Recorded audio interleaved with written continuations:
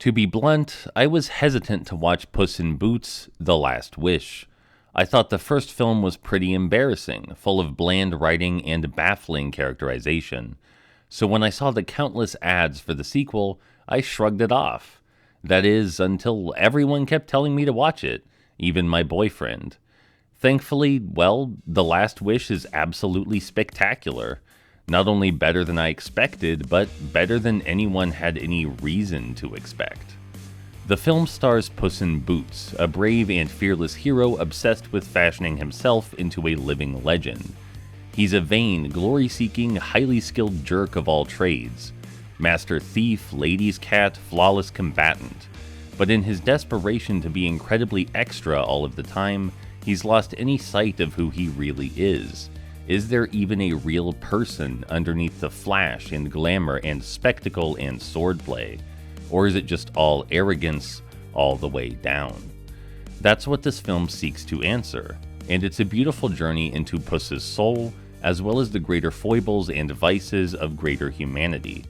Puss was so obsessed with being larger than life that he forgot how to live, and taking his life for granted finally catches up with him when death itself knocks at his doorstep. Puss, along with the cast of mismatched misfit fairy tales, set off in combative pursuit of the legendary wishing star, each with their own conflicting goal in mind. Puss intends to effectively gain immortality by wishing for 9 more lives. We also have Kitty Softpaws, who was burned by Puss for the last time, and so seeks to use the wishing star to find someone she can actually trust. We have Little Jack Horner, a greedy brat who never grew out of his childhood obsession with superficial importance. He plans to wish for all the magical power in the known world. And then there's Goldilocks, a regular gal adopted by a family of bears who wants nothing more than to wish for a normal family. This all adds up to perhaps the most character-driven film I've ever seen. The characters' feelings and actions literally shape the world around them. All the conflicts are purely from a place of internal struggle, and nothing is solved without serious introspection. Puss finds himself in a literal cave of self-reflection.